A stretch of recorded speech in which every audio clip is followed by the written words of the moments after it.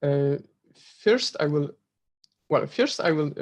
give you some brief introduction to locally compact quantum groups, and then I will present you to criteria on coamenability. As we have so much time, I encourage you to ask any questions. And because I cannot see the chat, you are welcome to interrupt me anytime you want. Okay, so let's start with an introduction to locally compact quantum groups. As I don't want to start with a full technical definition. Rather than that, I would like to first present you two classes of locally compact quantum groups, and then highlight the important objects that arrive with given quantum group. So let's start with classical situation. Let G be a locally compact group. This means that G is a topological space, which is locally compact and Hausdorff, and we have a continuous map multiplication. In particular, it is well known that on every locally compact group there is a Haar measure. So we can, so it gives us a class of null sets. Hence, we can form a von Neumann algebra L infinity of G. It is a commutative von Neumann algebra. If we take a pullback of multiplication, we get a map which goes from L infinity of G to its tensor square, von Neumann algebraic tensor square. And it is given by this formula as it is simply a pullback of multiplication. Next, as I have previously said, it is an important theorem that there are Haar integrals left and right. They are unique up to scaling constants, but besides this, they are uniquely determined. So with every locally compact group, we associate our four tuple, which consists of a von Neumann algebra L infinity of G, a map delta, which is called commultiplication, and it is a normal star homomorphism, and Haar integrals or Haar measures give rise to weights on L infinity of G. Okay, let's take a look at our second example, which I believe should be familiar to you. Namely, let G be a compact quantum group. This means that there is a unitar system algebra C of G, which is in general non-commutative. And we have a commultiplication delta, which is a star homomorphism between C of G and its tensor square.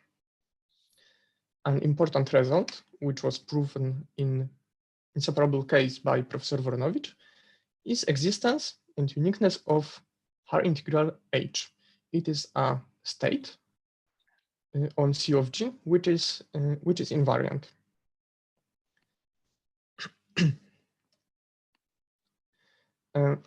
It may happen that it is not faithful. Nonetheless, we can perform a GNS construction for this state, and after taking bicommutant, we arrive with a von Neumann algebra L infinity of G, which can be in this situation non-commutative. And H is a nice state on L infinity of G. It is normal, it is faithful, and of course, since it is a state, it is semi-finite weight in particular. Though, okay, and commultiplication, we can extend commultiplication to a normal map between L infinity of G and its tensor square. So again, we arrive at four tuple L infinity of G, a von Neumann algebra, commultiplication delta, and Haar integrals. As in the classical situation, compact quantum groups are unimodular, so there is only one Haar integral. What is very interesting and worth noting is that in this quantum setting, H higher integral may be non-trivial, and this will this will be important throughout the talk.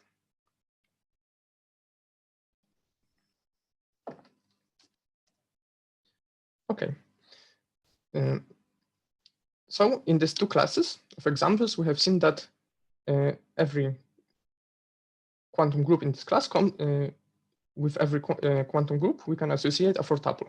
In general, the same thing holds, namely, a locally compact quantum group G is described by four objects, and L infinity of G, which is a possibly non-commutative von Neumann algebra, delta, which is a normal star homomorphism between L infinity of G and its tensor square, and we have two weights, which are nice, by which I mean that they are normal faithful, which satisfy certain invariance condition. Phi is left invariant and psi is right invariant.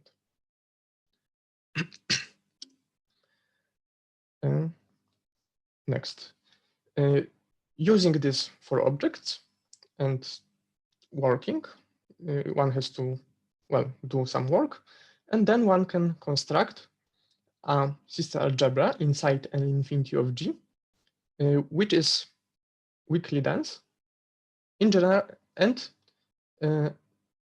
it is denoted by C0 of G.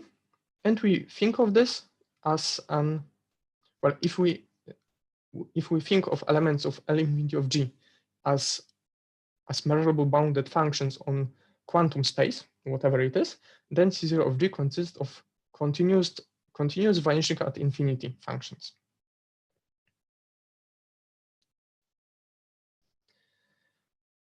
What can be a little bit hard to explain at this point without there also exists another version of C0 of G, namely it is called universal version, and in a moment I will give you perhaps more an example which may become more illuminating. For now, think of the sister algebra C0 U of G as another version of algebra of continuous functions on G. What is a very important part of this theory of locally compact quantum groups is the fact that with every quantum group, we associate G hat, which is dual of G. We call this new locally compact quantum group a dual of G. And it really is a duality, by which I mean that if we take second dual, we arrive at locally compact quantum group, which is naturally identified with G. To give you a simple example, if G is classical and abelian, then G hat is the Pontryagin dual, the group of continuous characters. So, theory of locally compact quantum groups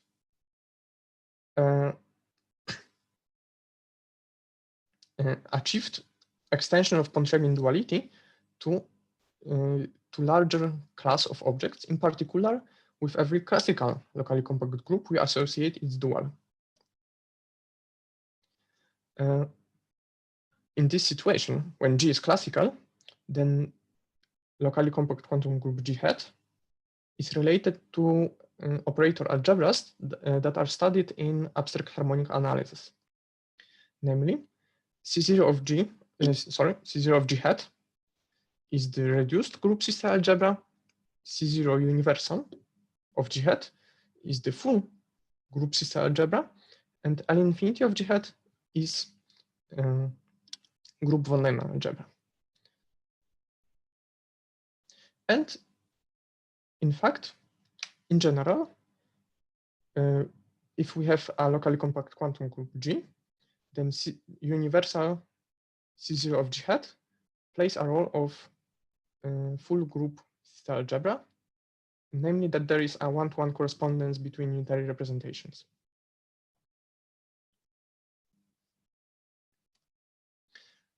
Okay.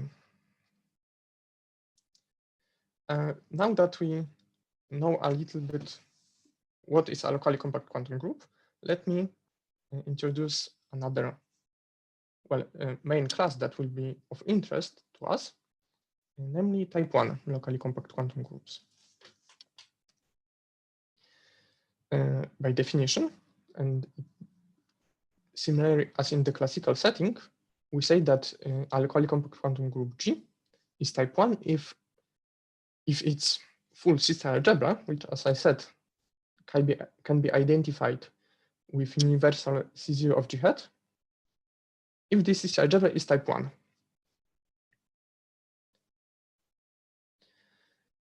Okay, so I should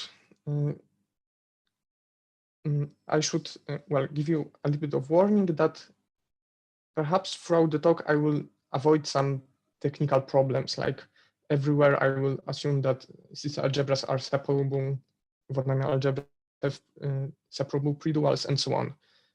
I don't want to talk about such technical difficulties. Okay, why do we care about this? Sorry, Jacek, can you recall the official definition or the main definition of type 1 sister algebra? Which one you use actually for your talk? Well, there are many, but what is important for us is the representation theory. So perhaps you could say that sister algebra is type 1 if the Borel structure is standard on the spectrum. But I won't use at any point I won't use other properties of type 1 sister algebras besides the fact that every representation of type 1 sister algebra decomposes as direct integral of representations. So basically, it's the only thing that will matter for me, that they have nice tractable representation theory. And can you give a simple example of a sister algebra which is not type 1?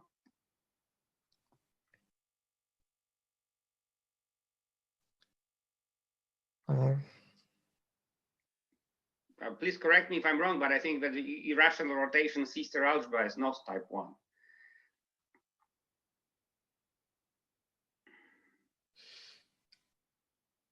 Yes, Piotr Soltan says yes. Okay. Okay, I don't recall, sorry, but yeah.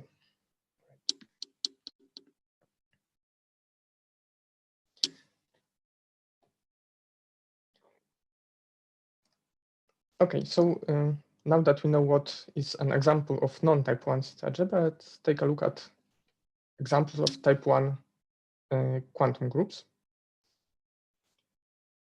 The easiest example is given by compact groups.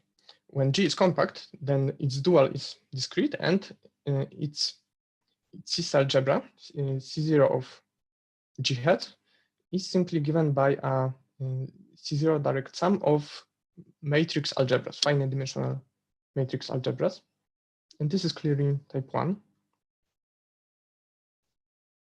Another example, also easy. If G hat is classical, then G is type 1, namely because in this case the full group sister algebra of G is commutative. It is C0. It is commutative sister algebra of continuous function on classical space G hat. It is abelian, hence type 1.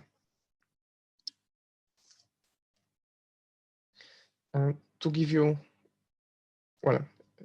more interesting example coming from classical world, every connected Lie group, which we assume to be either nilpotent or semi-simple, is type 1. In a quantum world, one can, using bicross product construction, create type 1 locally compact quantum groups. For example, we can take a matched pair, which is formed by a Cartesian product. First, we take a locally compact group G. We take its Cartesian product, and as the second group, we take a finite cyclic group Zn. And the action is given by simply by permuting the coordinates. And this gives us a lot of examples, mainly if one is interested in stuff like being unimodular or not, then combining properties of G, well, then properties of this classical group G will give rise to different properties of quantum group. And there are also more natural examples. Let me mention two. First, a discrete quantum group dual to SUQ2 is type 1, because in system algebra of continuous function on SUQ2 is type 1. And other example, which is, so this example is discrete. And to give you a locally compact example, quantum AZ plus B groups are type 1. And depending if time permits, then I will give you more details on these groups. For now, let me just mention that it is particularly interesting that there are interesting example of discrete quantum groups which are type 1. In classical situation, this doesn't happen beyond a billion case or something really close to a billion, like extension by finite group. But here we have very interesting example. Okay.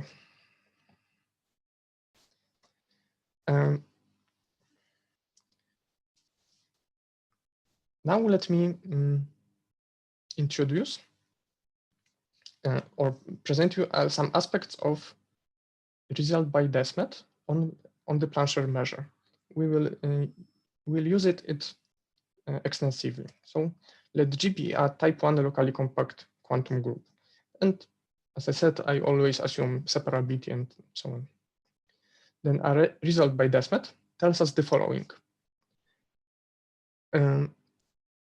It says that, in particular, it says that there exists a measure, mu, on IRG, which is the spectrum of the full group system algebra of G, and unitary operators, QL and QR, which go from L2 of G, which is the GNS Hilbert space of Haar integrals, to a direct integral over spectrum IRG of spaces consisting of Hilbert-Schmidt operators on H pi. Next. Okay, so far we have a measure and two unitary operators. That also, they come together with two fields, measurable fields of operators, D and E. And this whole collection have nice properties. And I will give, in a moment, I will tell you what are these nice properties. Let me just now give you some comments about this.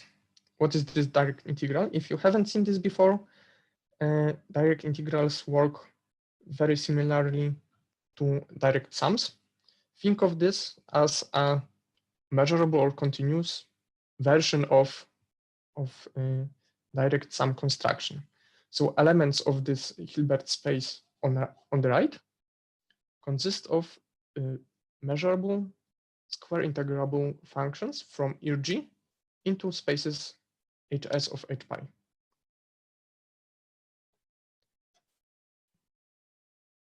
Yes, so, and in general, this theory works very similarly, just one have to be careful to check that everything is measurable. Okay. In general, these fields, dp and ep, consist of unbounded operators, always positive and invertible, self-adjoint, but it may happen that they are unbounded. Okay, so let me give you, yes?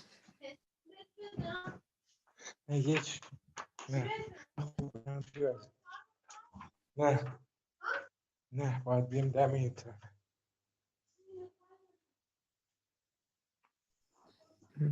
Sorry, is there a question? Because I hear some noises.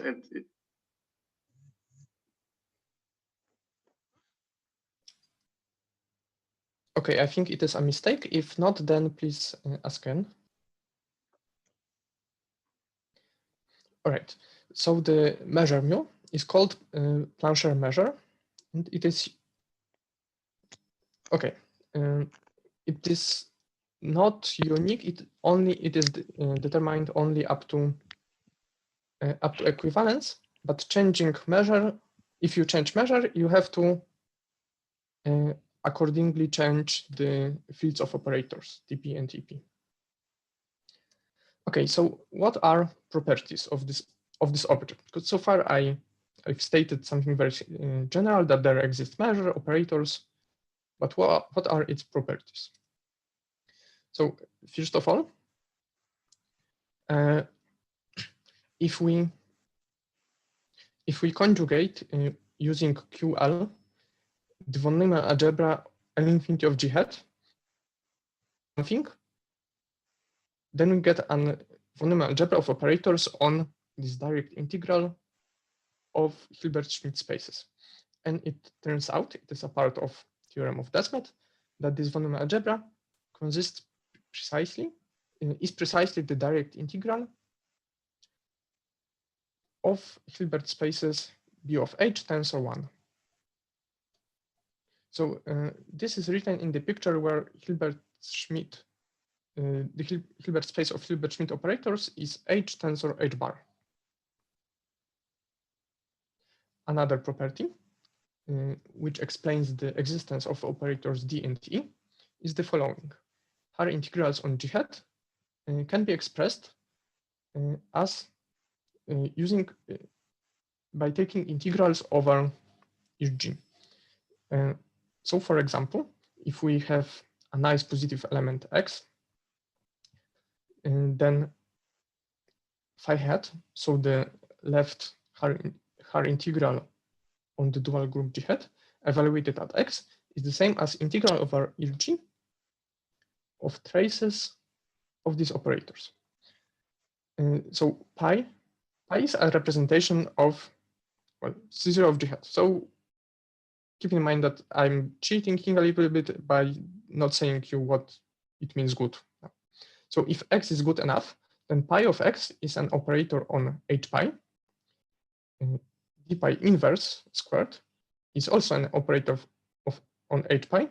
So this is an operator on the Hilbert space H pi. We can take trace and we integrate. And similar thing happen for the right her integral. And okay, so sorry, how do you know that these operators are trace class? I don't know, and in general they are not. So I am sweeping details under a rug. The more precise statement is that for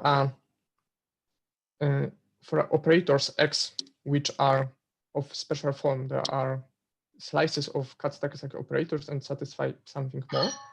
Then these operators are of trace class. So everything and they are also in L1 of phi hat. So both make sense. Okay. Thank you.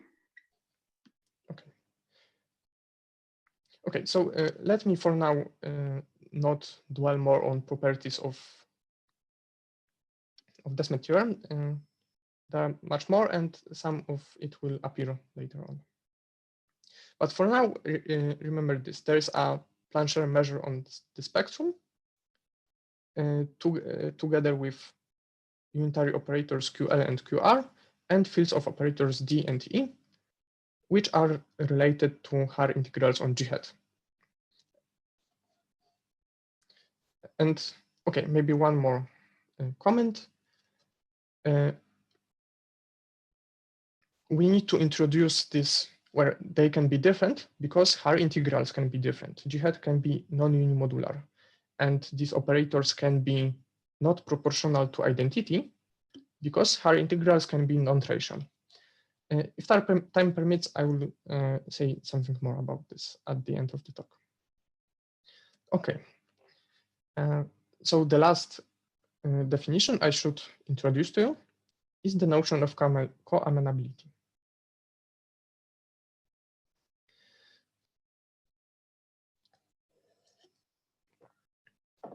So perhaps the easiest thing to say is that coamenability has plenty of equivalent formulations, and I will give you now two.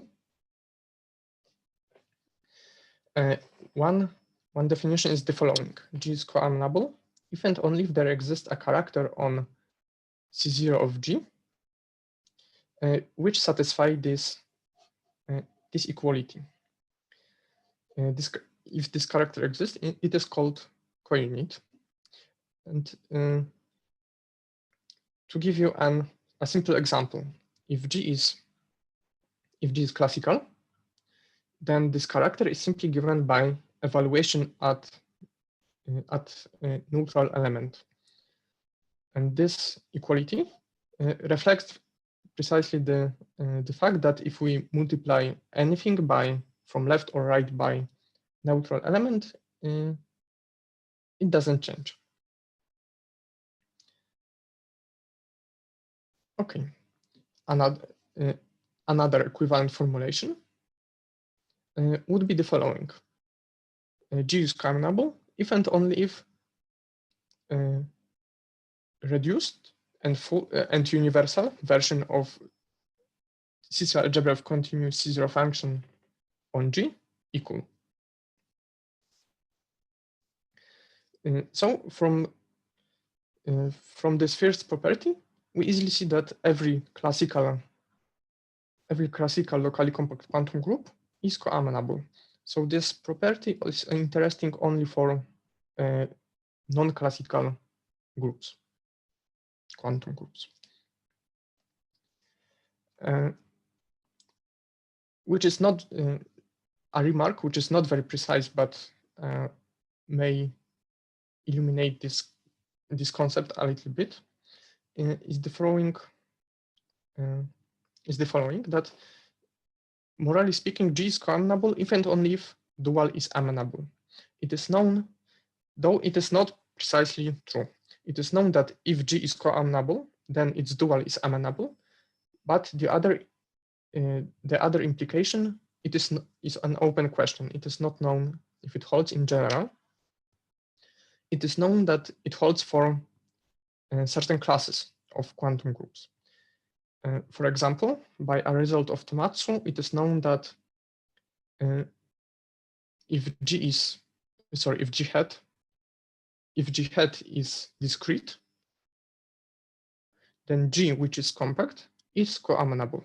But it is very non-trivial result.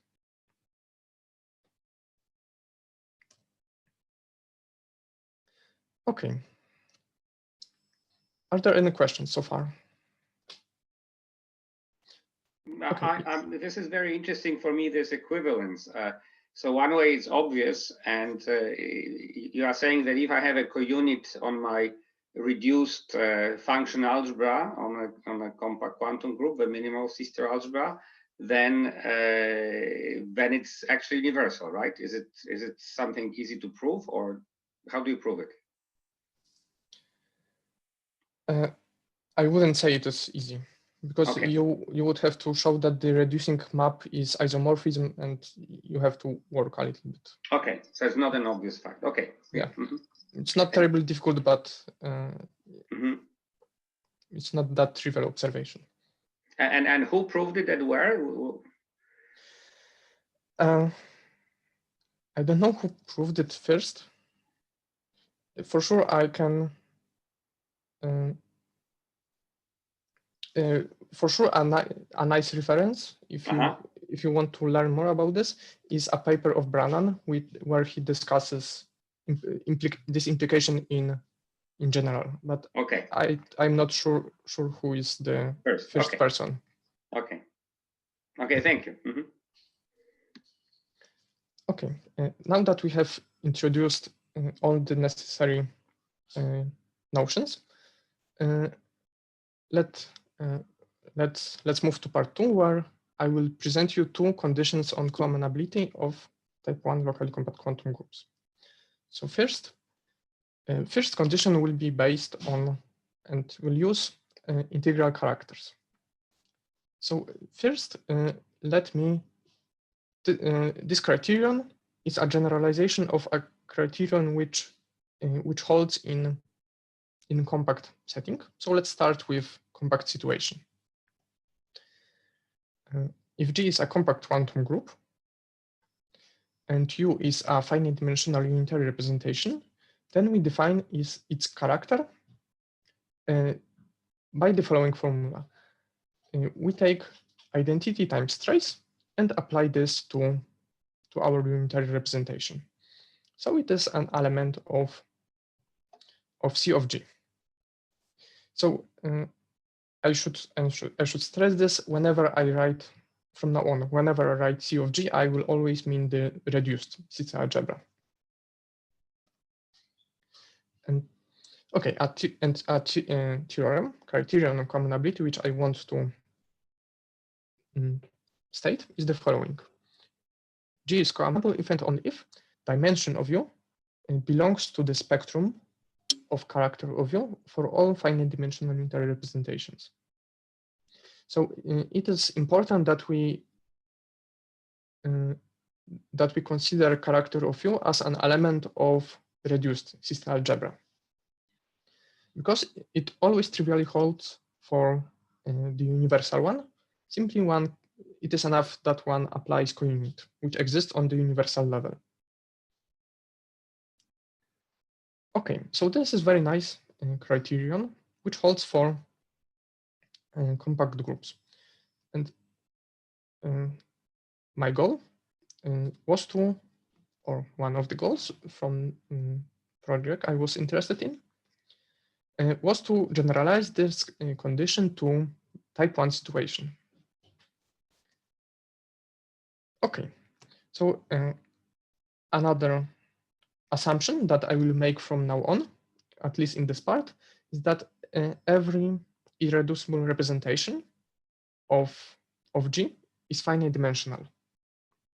So from now on, G is a type 1 locally compact quantum group, not necessarily compact, but every irreducible representation is finite dimensional. Okay.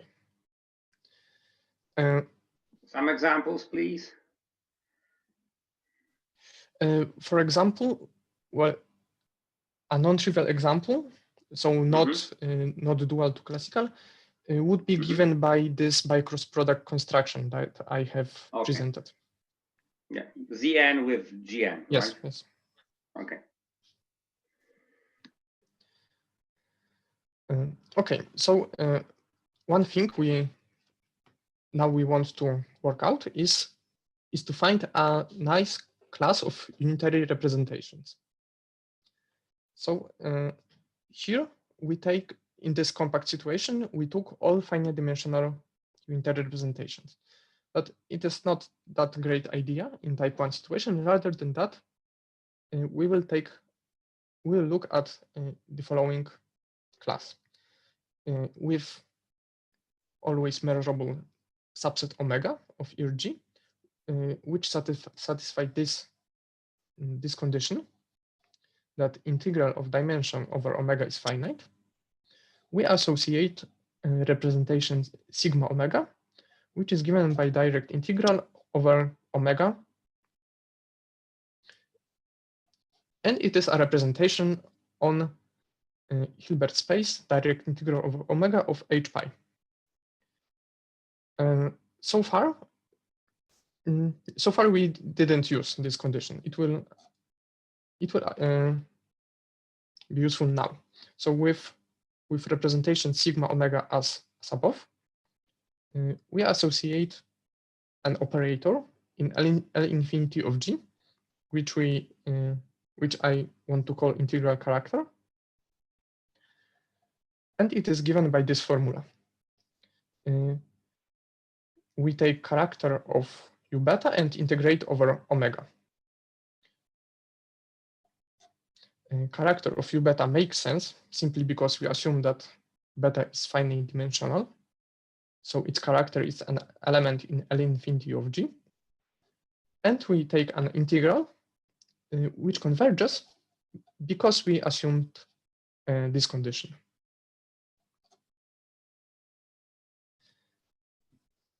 And it is, I think, quite natural counterpart of character from the compact situation. There, we could every unitary representation decompose into direct sum of irreducible representations. And character of this big representation would be a sum of characters of irreducible representations. Here we have integral. So sigma omega is not necessarily finite dimensional, but nonetheless we associate with it an operator which has nice properties and nice enough to be called integral character. Note that it is, if we change representation sigma omega to something unitarily equivalent, this integral character may change. So it is not that nice of an invariant. This structure of direct integral is important here. Okay, nice thing about these direct integrals and integral characters is the fact that they behave well with respect to basic operations. If we take disjoint union of subsets, we get sum of characters, integral characters, and so on. We could perform this construction in some more general way than multiplication also would work. Okay, another nice thing, a criterion, is the following. Integral character is an element of L infinity of G. So we may wonder, and in fact, it is an important property later on, when it is square integrable with respect to psi. Psi is in general normal semi-finite faithful weight, but it is in general unbounded. So it may happen that integral character is not square integrable. But one can prove that it is if and only if integral over omega of this function, trace squared, is finite. So here again, we use the fact that irreducible representations are finite dimensional. Otherwise, this trace wouldn't make sense. Can you recall what this E dot square is? Sure. So we had operators E pi, yes? Yes. Coming from the Plancher, coming together with Plancher measure given by Desmet theorem of Desmet. Mm-hmm. These were positive invertible operators on H pi, which were associated to right higher integral on the dual group. Mm-hmm. So this dot simply means that you can plug inside any representation pi. So we. Okay. Okay, maybe it is not the best notation. Sorry. Yeah, so you view it as a function on pi over which you integrate, right? Because yes. Pi runs the set omega. Okay. Okay. Mm-hmm. Precisely. Okay. Thank you. Mm-hmm.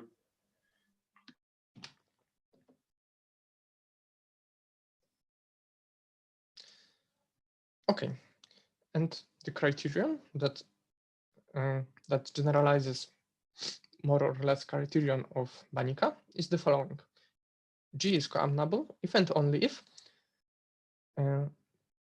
this thing, which I believe is worth calling integral dimension, anyway, integral of dimensions over omega, belongs to the spectrum of integral character for all small enough subsets omega. Okay, so in the spirit, it is a generalization of Banika's result. let me give you a short comment on how do you prove this theorem. So first, assume that this number, integral of dimensions over omega, belongs to spectrum for all omega. Then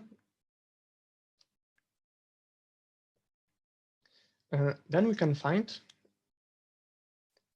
unit vectors in L2, which up to small, okay, so omega is fixed, and for every n, we can find unit vector psi omega n, which up to error 1 over n will be eigenvector of this operator. So here we take omegas so that integral character will be self-adjoint. And then using these unit vectors, we first construct states omega psi n, which are simply vector functions associated with these vectors. These are states on L infinity of G hat, and we define epsilon to be a limit point. And sorry, we treat these functionals as functionals on C of G.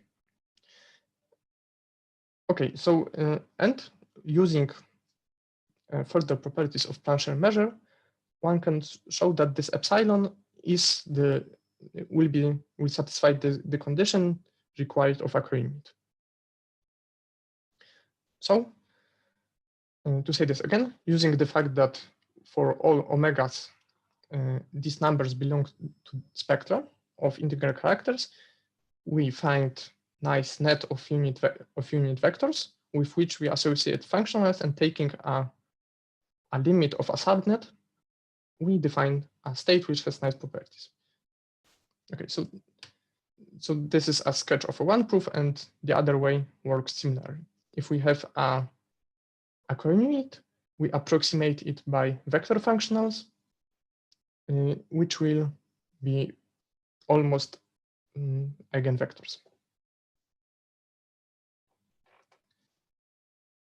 Okay, so this is a criterion on coamenability of G. So it is worth wondering what this criterion means in simple cases. We know that if G is compact, then we arrive back at the criterion of Banica, but another interesting case is when G hat is classical. Then coamenability of G is equivalent to amenability of G hat. So this is a condition on amenability of classical locally compact group. If one works out all the definitions, we get the following condition. G hat is amenable if and only if this number belongs to the spectrum of operator, which is an integral of lambda x, where lambda is the left regular representation. And this condition, well, it is not new. A very similar in spirit condition appeared, for example, in a paper of Berg and Christensen, though under slight modification. But conditions like this were known before. Perhaps you should explain the meaning of delta, Jacek. That? Sorry. Yes. Sorry, I should say this. Delta here is a modular function. So the random-Nikodym derivative between left Haar measure and right Haar measure.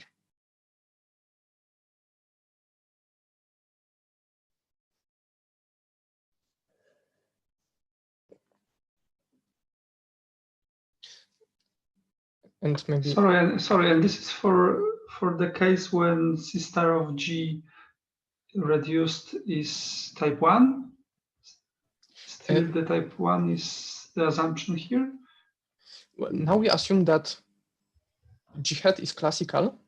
So C star of G is the commutative sister algebra of a C0 function on classical Right. space G hat.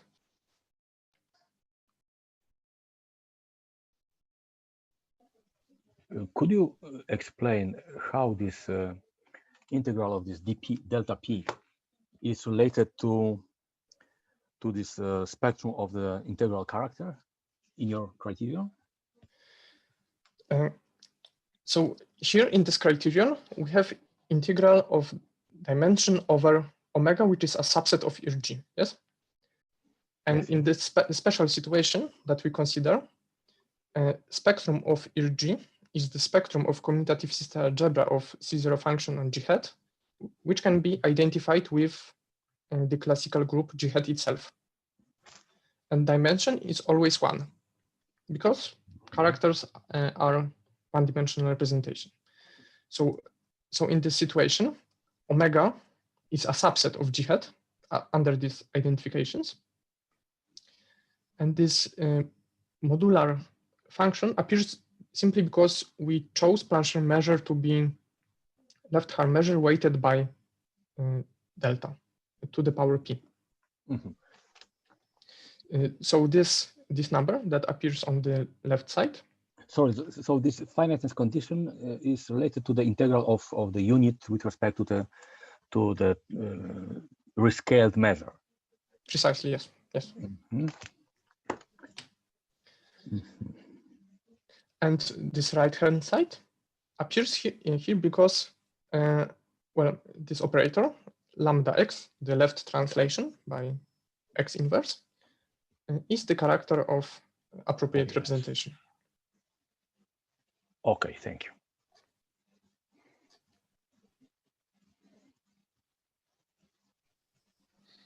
Okay, so this is one criterion that I wanted to present to you.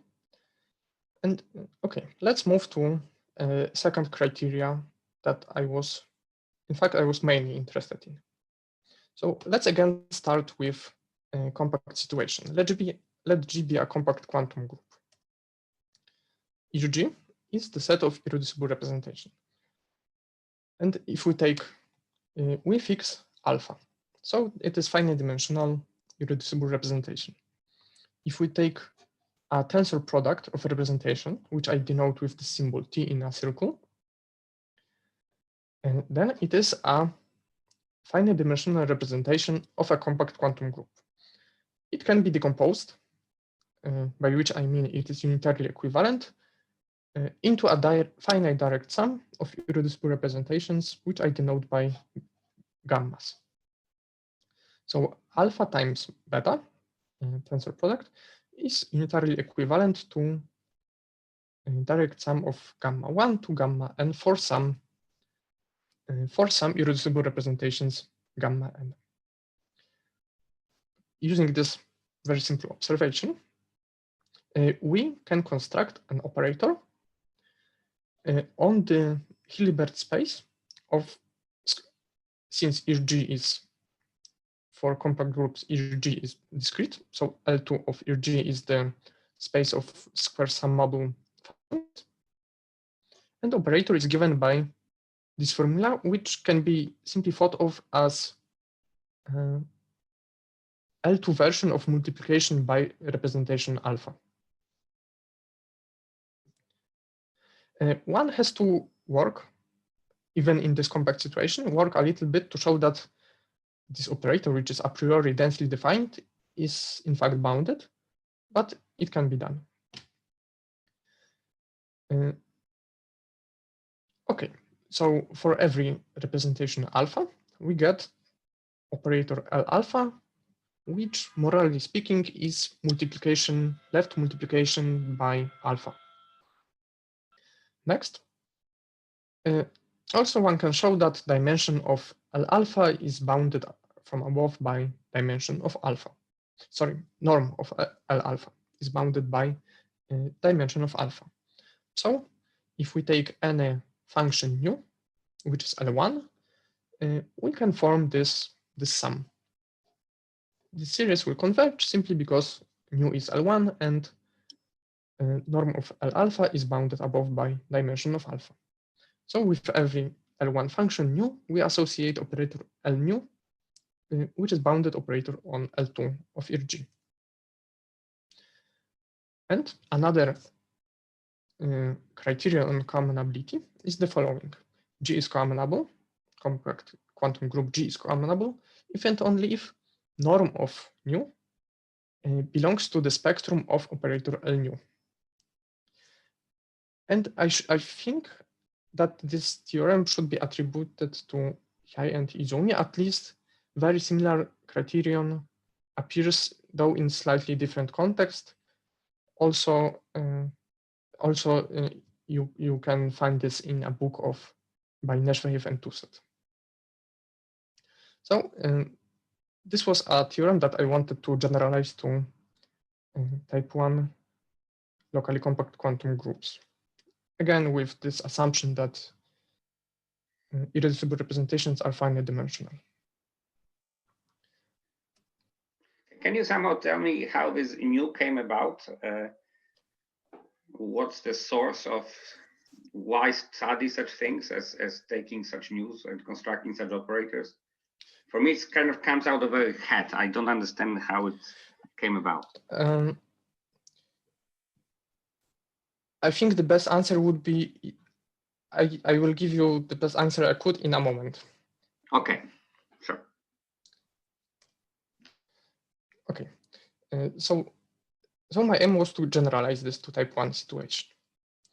Recall that by a theorem of Desmet, we have a Plancher measure and the whole structure of operator QL and positive operators TP and EP. Next, if we take subset, well, as before, with measurable subset omega, we associate representation which is given by direct integral over omega. Then this representation sigma omega is belongs to our nice class of representation, and what we want to do is to sort of mimic situation from compact setting. So for irreducible representation alpha, we take tensor product of alpha and sigma omega, and it will be equivalent to the following direct sum. Let me comment on this.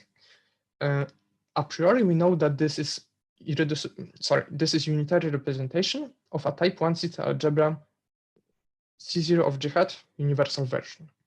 So it can be decomposed because general theory of type 1 zeta algebras allows us to do this into direct sum with some measures here.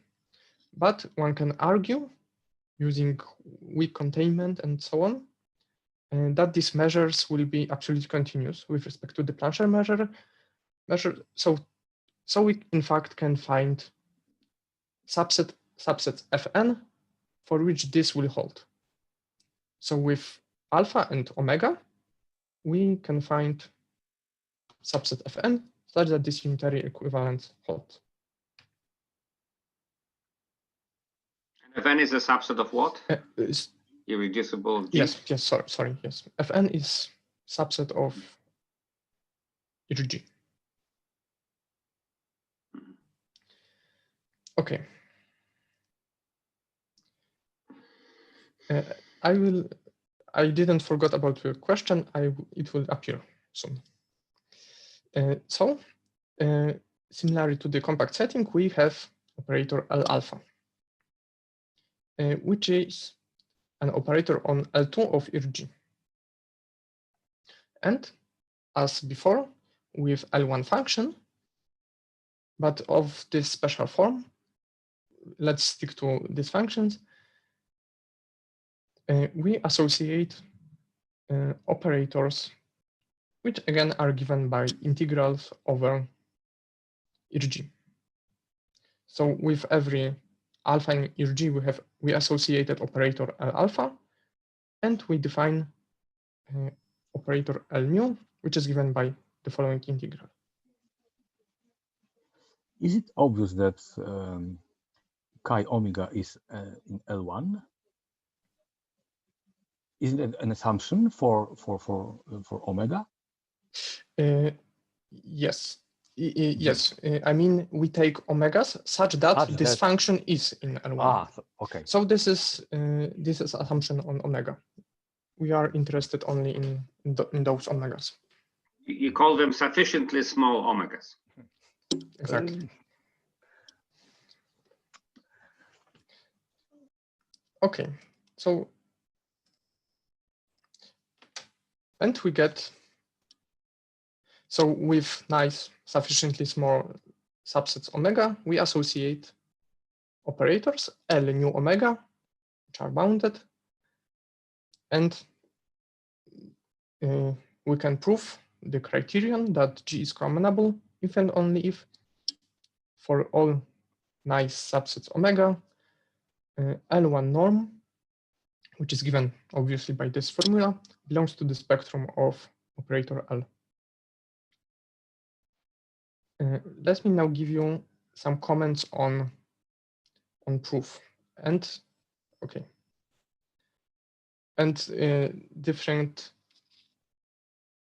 and various aspects that I didn't mention so far. So first of all, since we are in type 1 locally compact situation, now our integrals can be unbounded. So this brings in a lot of technical complications. For example, we need to worry when our integral characters are square integrable. And we need to worry about these operators E and D. Next, I didn't give you a precise definition of operator L alpha. Morally speaking, it should be, again, left multiplication by alpha, but it's not so simple. We need to correct this operator. First of all, we need to introduce this factor, this function. So again, this operator E comes from the Desmet theorem. So this is a function which takes representation pi E and gives a number which is square root of trace of E pi squared.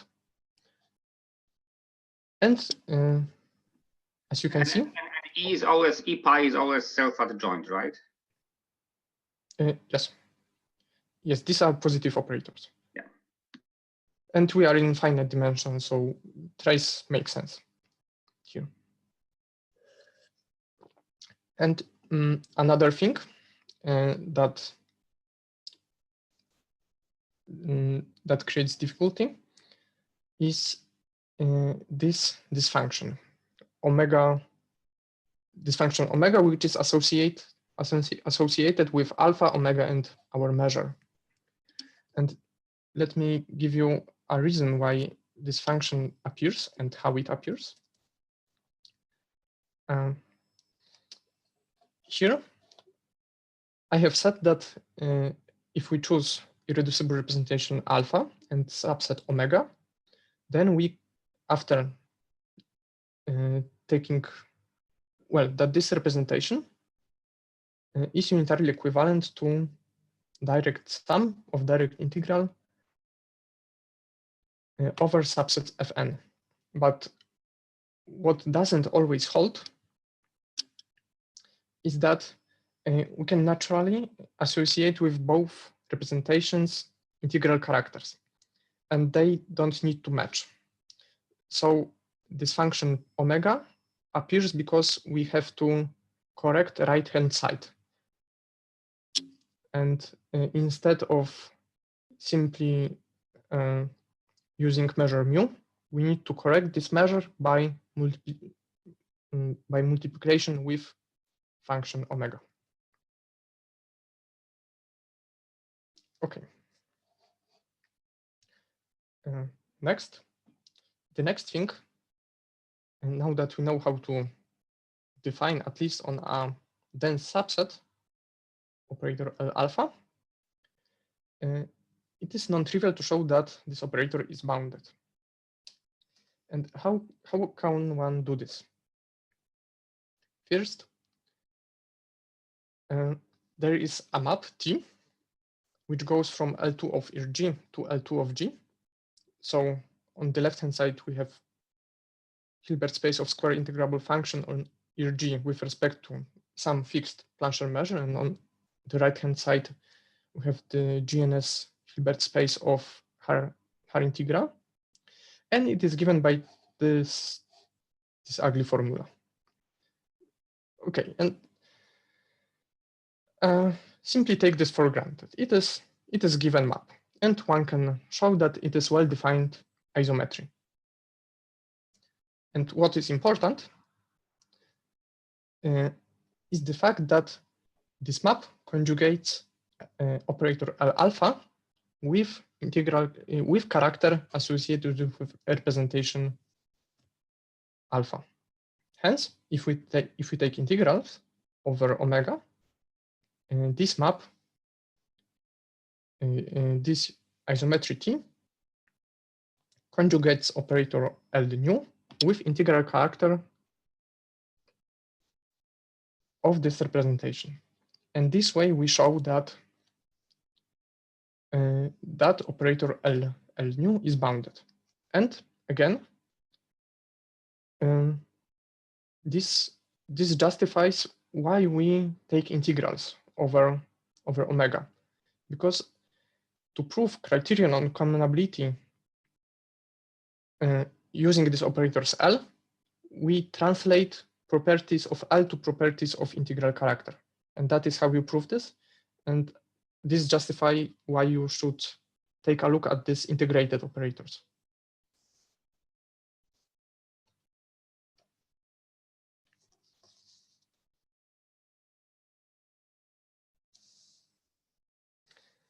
Okay. So this is all I want to say in this part of the talk. Can I ask a question?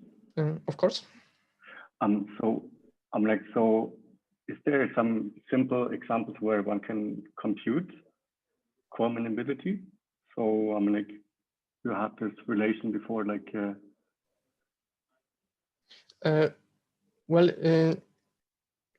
yes, you can work out this in cases like, for example, semi-direct product of R and R2. So this would be, if you want to compute this and these operators and check that appropriate numbers belong to spectra. So there are examples, but they are kind of tailor-made, I would say. Oh, okay. Okay, thanks. Okay. All right. So I think that I have something like 25 minutes. So the next thing I would like to, the next result I would like to present you is an, I would say, application of theory of type 1 quantum groups to a problem from non-commutative geometry, namely non-existence of quantum group structure on the Teplitz algebra. And this is a joint work with Piotr Sołtan. Okay.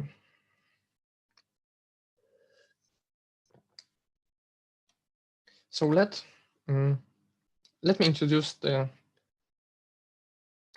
main character of this part, namely the Teplitz algebra. As you may know, it is a system algebra generated by S, the unilateral shift, so say shift to the left, on the Hilbert space of square summable function on N. One often says that this system algebra is a non-commutative version or quantum version of disk. And let me give you a reason why this is the case. One can show. Okay, so first let's choose non-negative number q between 0 and 1, 0 included. One can show that if you consider universal sister algebra generated by 1, it is universal sister algebra and SQ, which satisfy this condition, then for every q, this sister algebra is isomorphic to Teplitz algebra. And then if you simply plug in the q equals 0, then you get a universal sister algebra generated by isometry. Okay, so this is Teplitz algebra. But if you formally plug in q equal 1, then you sort of get a, okay, so this doesn't work, but formally you would get a sister algebra generated by normal element and which would be bounded by 1. So this would be disk. So I believe this is the reason why you can consider Teplitz algebra as a deformation of the usual. You should have added perhaps that this commutation relation implies that the norm of SQ is equal to 1. So if you just throw it into your sister algebra when it's non-commutative, you don't change anything because it follows. And when you keep it for q equal 1, then you have exactly this bounded property that you need to have a disk to have a sister algebra. Yes, thank you. That is correct. So we don't have to, so even when q is smaller than 1, we can plug in this condition without changing anything, because it follows. And then when we keep it for q equal 1, this is exactly how you get a disk. And by the way, this is also a graph sister algebra. And since you're attending my graph algebra course, sooner or later you will see what graph it is. Thank you. And the theorem that I would like to present you now is the following, that Teplitz algebra is not an algebra of continuous function on a compact quantum group.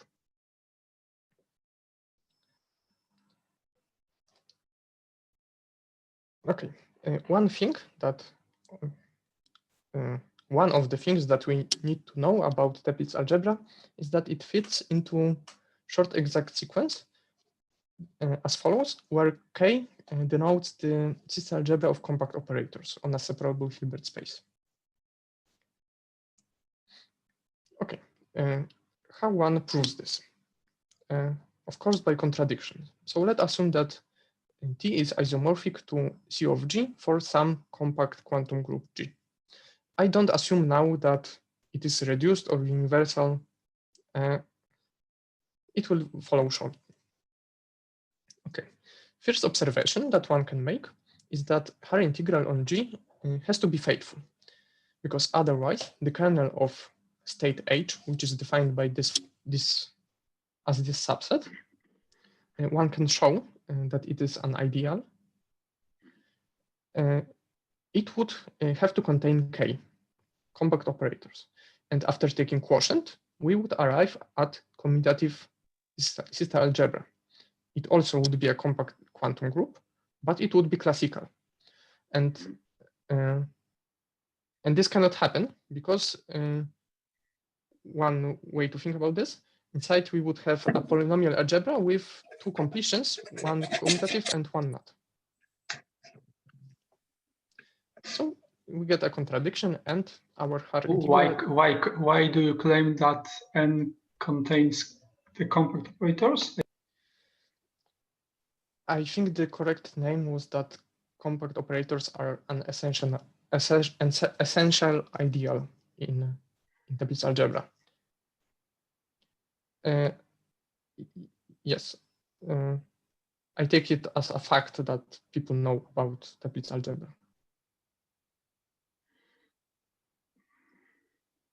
Yeah, Piotr Soden is right.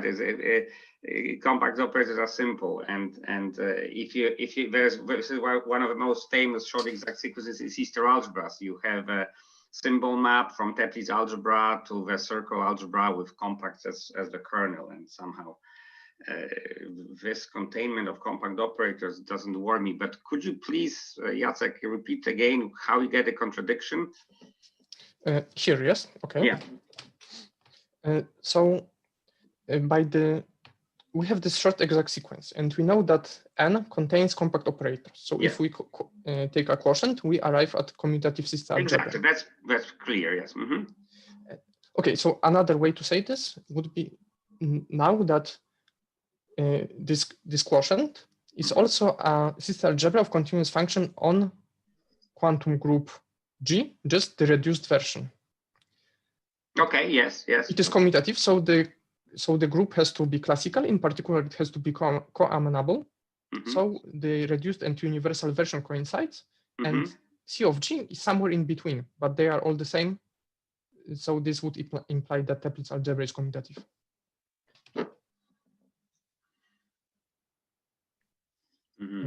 Does this sound plausible? The only thing is why Teplitz algebra? Why not the quotient? Ah, okay. So all right. So your reasoning is that when you go to this, if you want quantum subgroup, which happens to be classical, that you somehow infer that the Teplitz algebra, which we suppose to be a quantum group sister algebra, has to have this property that the universal is equal to reduced and. But I wouldn't say that this is a quantum subgroup. I would say that this is the same quantum group, but with different version of system algebras of functions. Ah, yes. Sorry, one reduced, okay. Universal. Yeah, you're right. It's the same quantum group, but going, to the reduced form. Okay. Yeah. So Thanks. in particular, the algebraic core, the Hopf-Star subalgebra. It's the same. Yeah. Yes. Yeah. Okay. I've got it now. Thank you so much. Okay.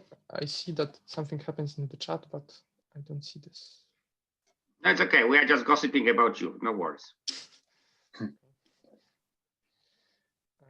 Right. So next observation is that on C of G there is a character. Obviously, we first take a map into C of T and then take evaluation at any point.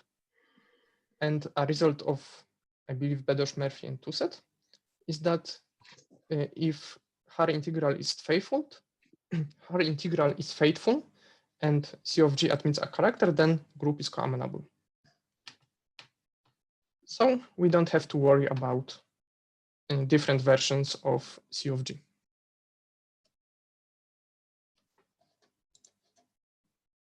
Okay. Next observation is that our group is not of Katz type, which means that H is non-tracial. And this is because H is faithful and there are no faithful tracial states on compact operators. Okay, so these are preliminary observations. Now, Teplitz algebra is a type 1 system algebra. One reason is because it fits into this short exact sequence. Hence, the dual discrete quantum group is type 1. As I said previously, it could be suspicious because this doesn't happen in classical world, but we know that it can happen in the quantum world, for example, for the dual of SUQ2. So we have to work a little bit harder. So let's denote this discrete quantum group by gamma. We know how space E of gamma looks like. Irreducible representations of Teplitz algebra are as follows. There is a circle of characters given as follows, and there is this one irreducible representation simply given by the standard representation of Teplitz algebra on L2 of n as the shift. So, so this space, the whole space consists of T, circle, and 1 point. Okay, we know that this is a nice type 1 quantum group, so we can use our machinery. We know that that our system algebra or von Neumann algebra is non-commutative, and since representations associated with circle are one-dimensional, this 1 point corresponding to the representation on L2 of n has to be a point mass. Otherwise, we would get commutative polynomial algebra. So after rescaling, we can assume that this point has measure 1, and our Hilbert space, given by direct integral, decomposes as follows. And in fact, only this left side will be important. Okay, so this representation on L2 of n will be denoted by a bullet, or the corresponding index will be a bullet. All right, from general theory or result of Desmet, it follows that our von Neumann algebra L infinity of G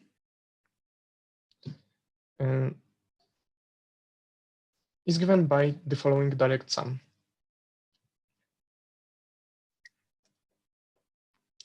Okay, we know that G is not of Katz type, so it has two groups of automorphisms: modular automorphism group and scaling group. These groups are unitarily implemented. Modular automorphism group is, well, it appears because G is not of Katz type, hence her integral is non-trivial, and this comes from Tomita-Takasaki theory. So this is modular operator associated with H, and scaling group is implemented by so-called operator P.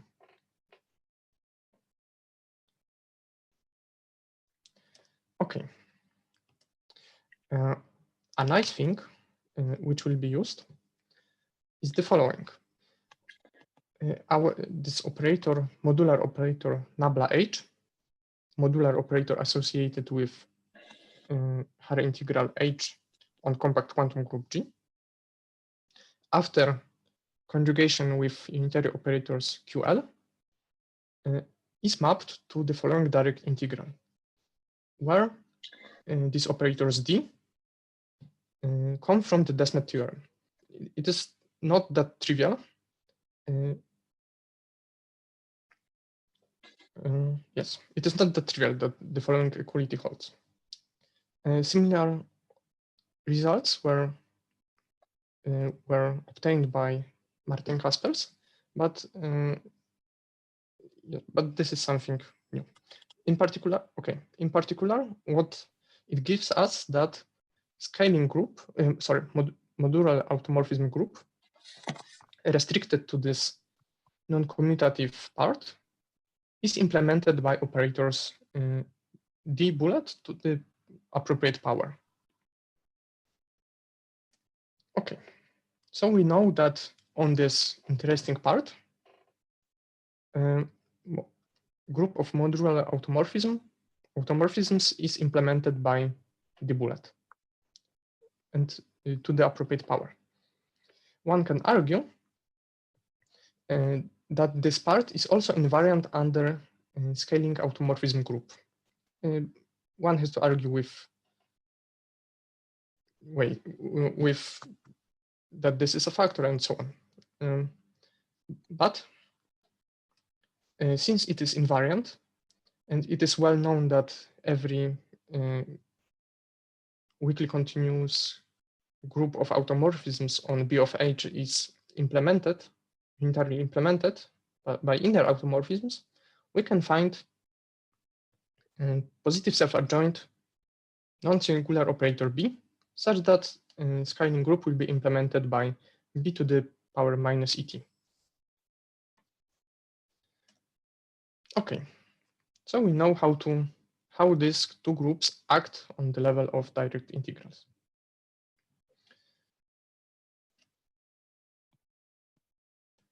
Okay, to proceed further, so keep this in mind. We will come back to this observation in a minute. For now, recall that using operators D, we were able to express left Hare integral on group gamma hat.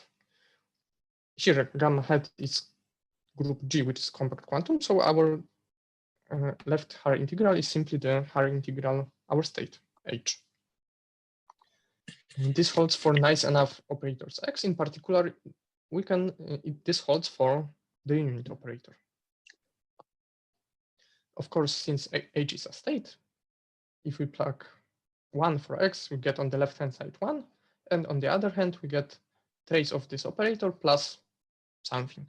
In particular, the inverse bullet is a Hilbert-Schmidt operator because its square has finite trace. This implies that this is a compact operator. It has and H bullet can be decomposed into eigenspaces, and every eigenspace of the bullet inverse is finite dimensional. By this symbol, chi of the inverse, the bullet inverse equals Q, I denote the projection, the spectral projection corresponding to number Q.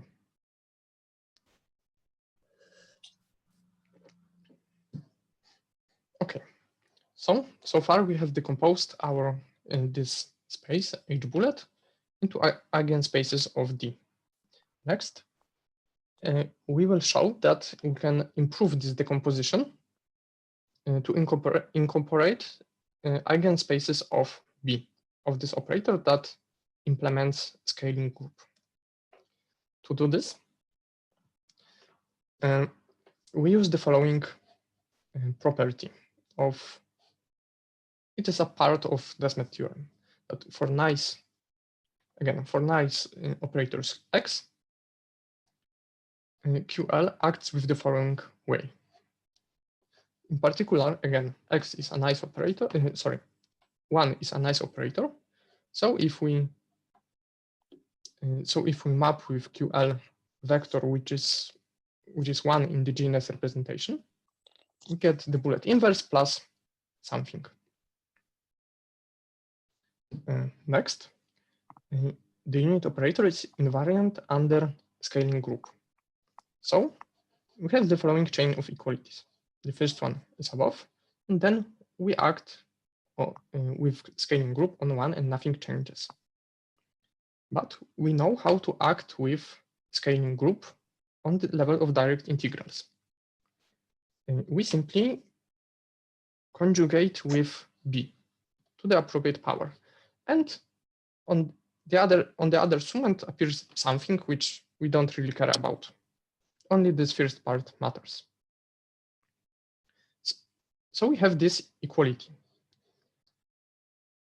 And since, well, this equality implies that the bullet and B, this positive operator, strongly commute. So our decomposition into eigenspaces of D can be improved to the composition of eigenspaces of D and B. Okay, so keep in mind this picture that our Hilbert space is first decomposed into direct sum of eigenspaces of D. Each is finite dimensional, and further, each of these finite dimensional eigenspaces of D is decomposed into eigenspaces of B.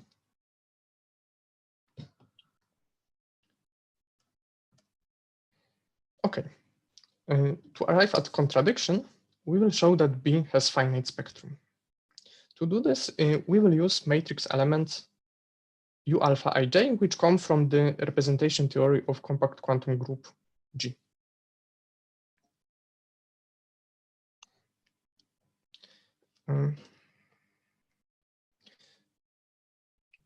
One can argue, okay, so these operators U alpha ij a priori live in C of G.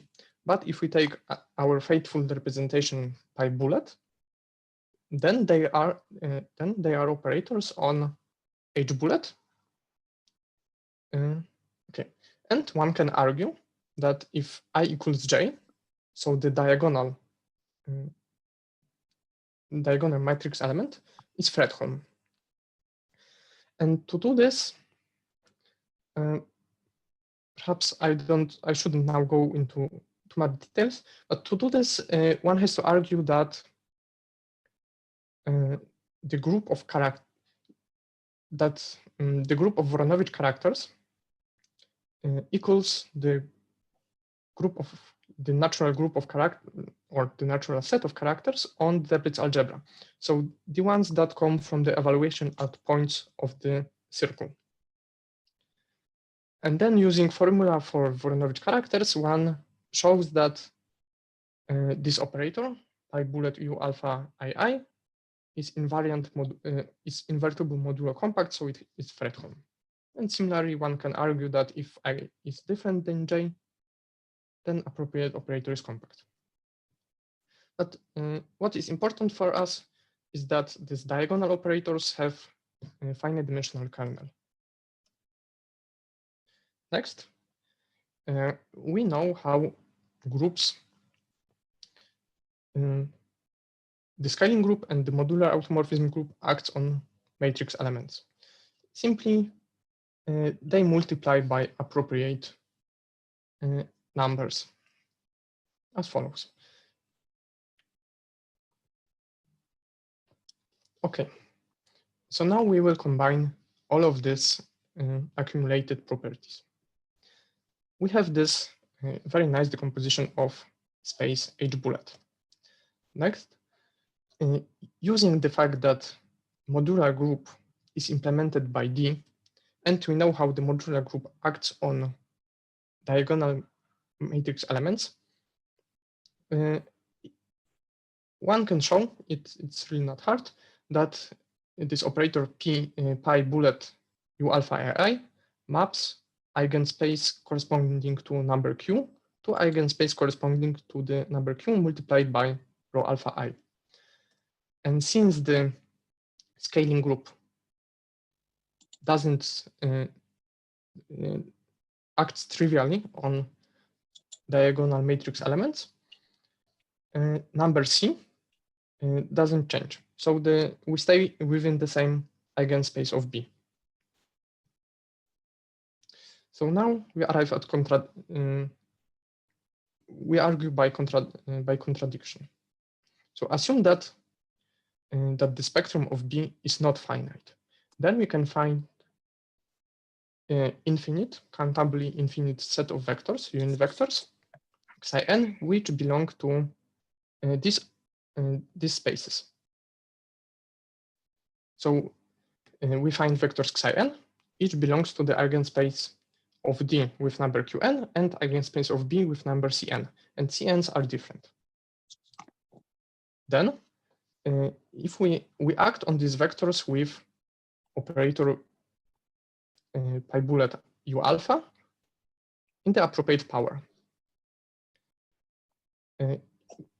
Once we do this, our vector is moved between different eigenspaces. Eigenspace of B stays the same, but eigenspace of D is changed. Q goes to Q times rho alpha to the appropriate power. But if we do this too many times, we get 0, simply because spectrum of the bullet inverse is bounded from above. Hence, and since CNs are different, these are orthogonal vectors. So we get that kernel of u alpha I is infinite dimensional, but we know this is Fredholm operator. So we get a contradiction. So we arrive at the result that spectrum of B is finite. So B and B inverse are bounded. They implement scaling group. So scaling group with number I, say, is scaling automorphism with number I is bounded. And this cannot happen if G is not of Katz type, and we get a contradiction. Okay. So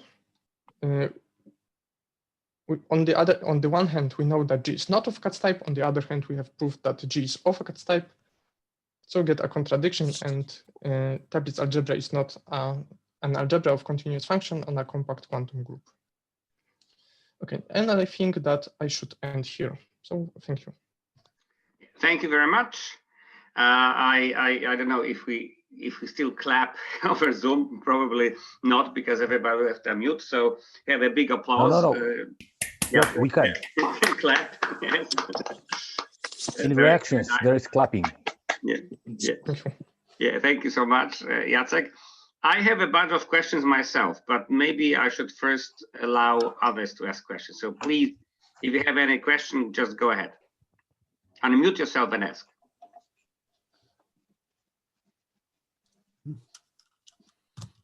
Okay, can I ask a question? So first, if I understand well, this subsets omega of irreducible representation of G, it's a generalization of a finite dimensional representation. Yes, I would say so. The representations we associate with them are correspond to those. Okay, so with finite dimensional representations, we can do many things, like consider the family of kernels of these ideals to create, for instance, Jacobson topology. Do you know something like that in this case, in this generalization? Sorry, not at all. I never considered this. Okay, so another question: if you have this criterion when something is quantified over all such omegas, but at some moment you had a passage when you restricted your family to the family of omegas of finite partial measure. Actually, I believe there was always the condition that integral of dimension was finite. Yeah, you had it. Yes. And I think it was that basically every time I had to assume this, either for integral character to be well defined. Yes. All the time. Because otherwise the integral character defining the integral character would not make sense, or the operator L wouldn't make sense. Yes. It was everywhere standing assumption. So I was aware of this. Okay. The next question is, what can be said about these omegas as a family? Well, I'm not sure what you mean, but one thing. It's kind of a distinguished family of subsets of irreducible representations. Well, first of all, you can, since this measure is nice enough, you can always, well, you can take them very big. I mean, taking union of them, you can fill the whole space. Other thing is that you can also consider conjugation on the space G. Plancher measure, so with irreducible representation, you associate a contragradient or conjugate. And the Plancher measure can change, but one can say something about how this measure changes. And in particular, you can always choose Plancher measure to be invariant under this. So at least for good measures, this class will be invariant under conjugation. And that's all what is known about this family of omegas. Well, I think they are interesting only because they are sufficiently small that you can integrate a lot of operators over them, and they fill out the whole space. Okay, thank you. Anybody else? Can I ask? Yes, go ahead, Marek. So thank you for the interesting and nice talk. I am first time connected with Coamenability, but I work a lot in amenability on groups. And for us, of course, that group, even some people should call Banach groups. Anyway, because Banach first discovered. But coming to that, the most important in the theory from groups was group who is not amenable. And that was discovered, but for Neumann, that was free group on two free generator or many. So my question is, if you have in your theory natural counterexample, non-coamenability, like free group among groups, of course, discrete group, did you have such a counterexample? Because that from our theory for application, of course, later on, Hagerup showed that even free group is not so bad, it's weakly amenable, yeah?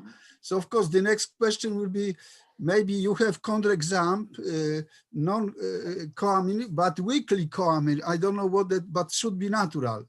Do you have such a natural example? Well, one thing Quantum that group which is not coamenable.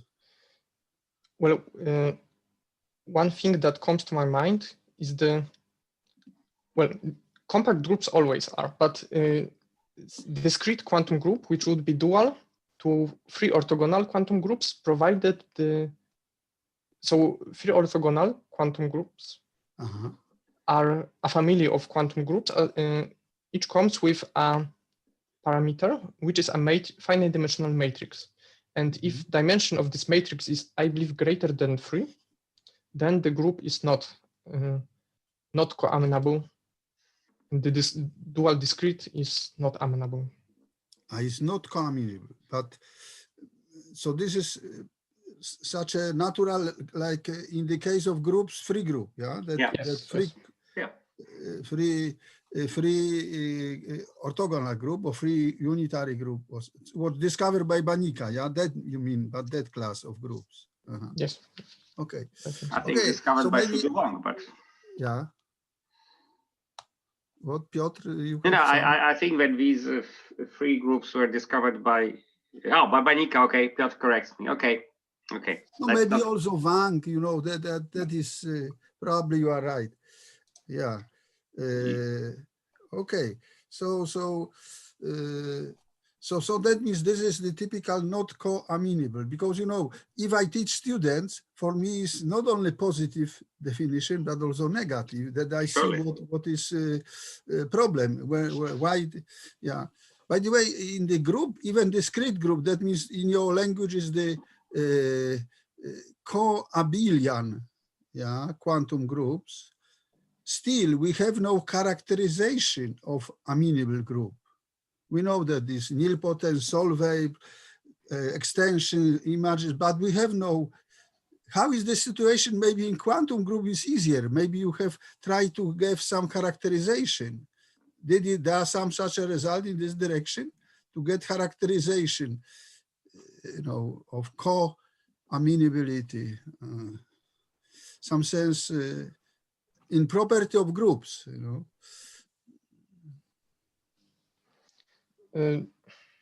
Well, I'm not sure what you mean. You have different equivalent conditions on coamenability. No, equivalent, that we have 1,000. This is book of Patterson when you can see 1,000, but I mean in the language of groups or quantum groups. Like in groups is this is solvability, nilpotence, homomorphic image, subgroups. How is that here? Such a categorical property. Well, because definition is rather just one of definition, but maybe there is some nice class of quantum coamenable group, which we have some beautiful property. Well, anyway, maybe for sure, special question we can discuss maybe later. So thank you once more for interesting talk, and also Piotr for organizing this seminar. My pleasure. So I understand that you will continue this discussion in private, but any other questions? Yeah, so I'm not sure if it's a very clever question. So possibly like not so. But I mean, like, so like what related to what Marek like just mentioned, like weak amenability.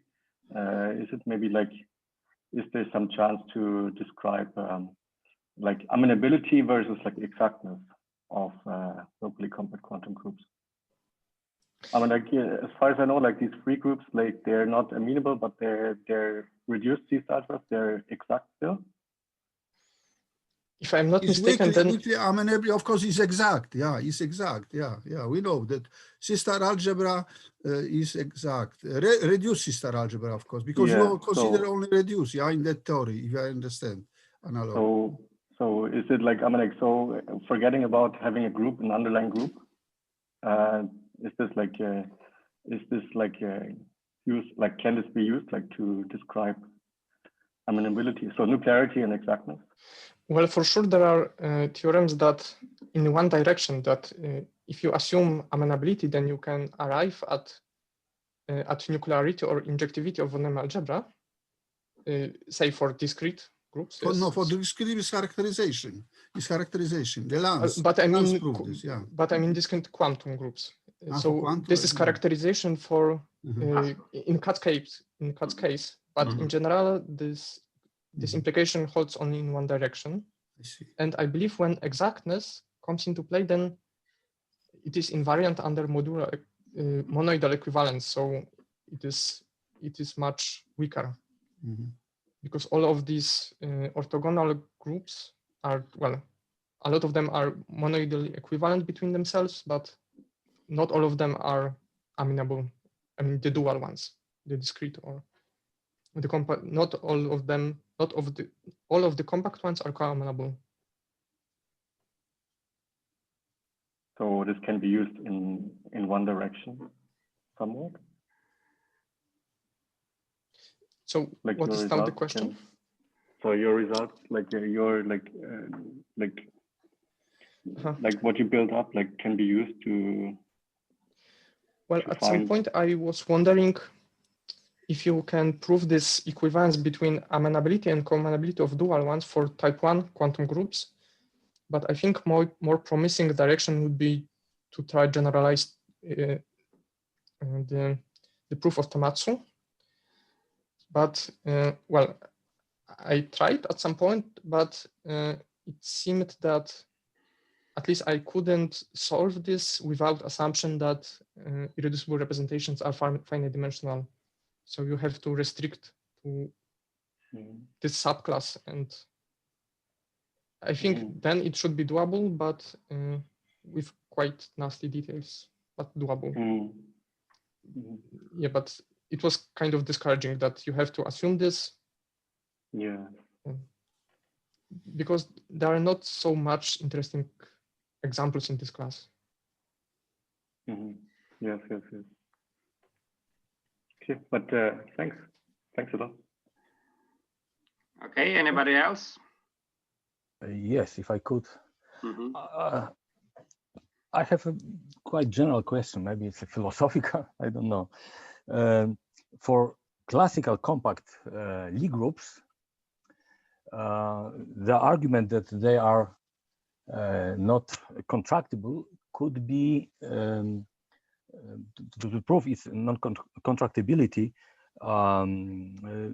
could be used this fundamental cycle or dual Haar measure. In your proof that the quantum disk cannot be, which is of course classical contractible, cannot be a quantum group, you are using also the Haar measure. So my question is, can you see any relation between these two facts? That this classical argument, of course, cannot be applied because the quantum disk is not contractible. However, on the other hand, it cannot be the quantum group. Is there some interesting interplay between these ideas? Well, maybe I know too little on the classical side, but I think that the property that is used extensively here is that Haar measure is in the quantum case, Haar measure is not a trace. And this is something that doesn't appear at all in classical. And this being non-trace give rise to these groups of automorphism that we really worked with. So I think it's a different type of argument.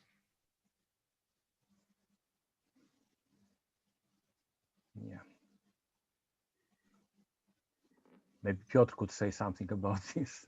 Yeah, you mentioned something very, very important, because contractibility of a compact Hausdorff topological group is a very special case of our Borsuk-Ulam type conjecture, and indeed it's well known. It's a theorem from the 70s that that the only contractible compact Hausdorff topological group is the trivial group. So of course the disk is not trivial and it is contractible, so it cannot be a group. So this is something very easy going in the classical world, granted this old theorem about non-contractibility of compact groups. And but as Tomek rightfully mentioned, the Teplitz algebra is not contractible, and it's very easy to prove it because you have non-trivial projections inside Teplitz algebra, which you don't for the classical disk. And this Teplitz algebra also features in our Borsuk-Ulam type conjecture, because you have a free action of any finite group. Zn acts freely on the Teplitz algebra, which is a very quantum effect. And because it's a torsion group, our Borsuk-Ulam type conjecture holds. So we actually know more about the Teplitz algebra. Not only it's not contractible, it's also in a certain sense, which I cannot explain right now, it's also not equivalently contractible. So it's even further away from. Yeah, so that's. I was thinking how to use it to prove that that the Teplitz algebra cannot be a compact quantum group, starting from what we know about the Borsuk-Ulam type conjecture, but I couldn't. But for me, the obstacle was that somehow, if I would assume the Teplitz algebra to be a compact quantum group, C-star algebra, it's not obvious to me that then the circle algebra and this finite cyclic group algebra would be quantum subgroups of this group, and this is what stopped me, what blocked me from using our knowledge about the Teplitz algebra in the context of the Borsuk-Ulam type conjecture to prove that result that you have.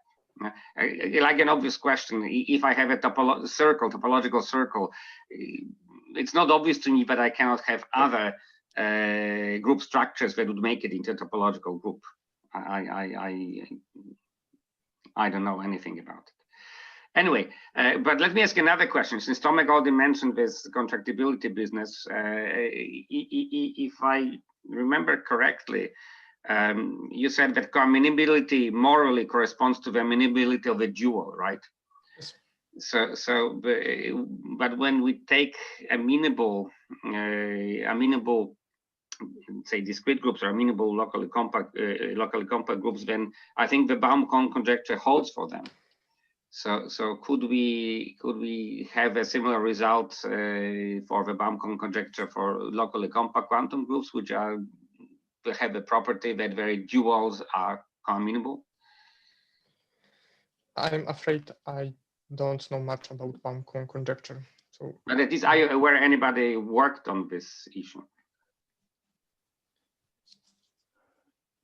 I cannot say anything interesting on that. Because for instance, this is explicitly proven for the dual discrete compact quantum group for the dual discrete quantum group to SUQ2, right? So the Pontryagin dual of SUQ2, when you look at it as a discrete quantum group, then I believe that this is amenable, so that or coamenable, right?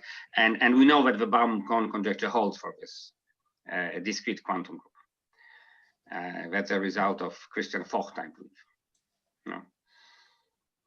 So I was wondering if anybody does any exploration in this direction. Anyway, this is a question at large. Okay, I think. Can I stop you? No? Sure.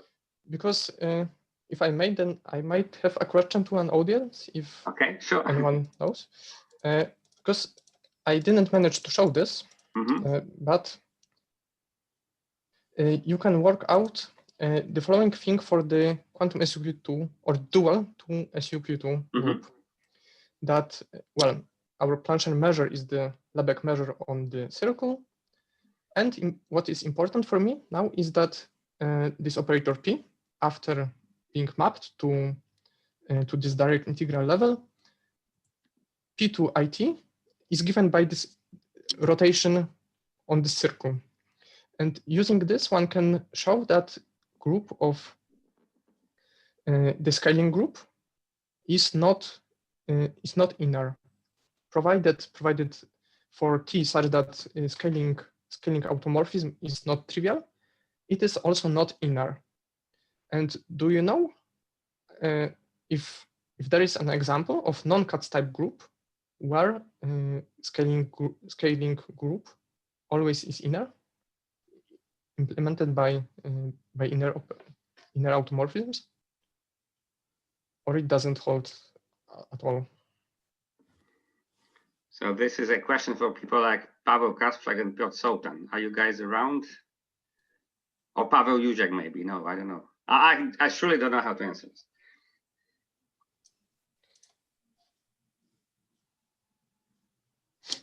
Okay, maybe it is. Okay, so the audience didn't answer your question. But yeah, I have one more question, if I may, a very naive one. So would it be possible somehow to, by viewing your Teplitz algebra as a quantum group, as a quantum disk sister algebra, somehow to think that, all right, when we have a compact quantum group structure, perhaps this would be like a field, a continuous field of compact quantum group structures. And with Q going to 1, it would also have to give us a compact group which does not exist. Could such a naive reasoning be implemented in some way? I think at some point I was thinking about this, and I didn't manage to get anything. This procedure of going with Q to 1. Yeah. Yes. It's a very naive idea, but okay. You thought about it and you couldn't make it precise and turn it into a proof. Okay, good. That answers my question completely. All right, so I think it's time to conclude the seminar. So I don't know, we can thank Jacek again. So thank you so much for a very beautiful talk. And I just would like, so we continue next week at the same time. And if I might ask my fellow co-organizers, so Mark, Ludwig, and Tomek to remain so that the 4 of us can discuss the next topic. Can you stay for 5 more minutes? Of course. Great. Okay, so thank you all. And now I just want my fellow co-organizers to remain, and I stop recording the seminar.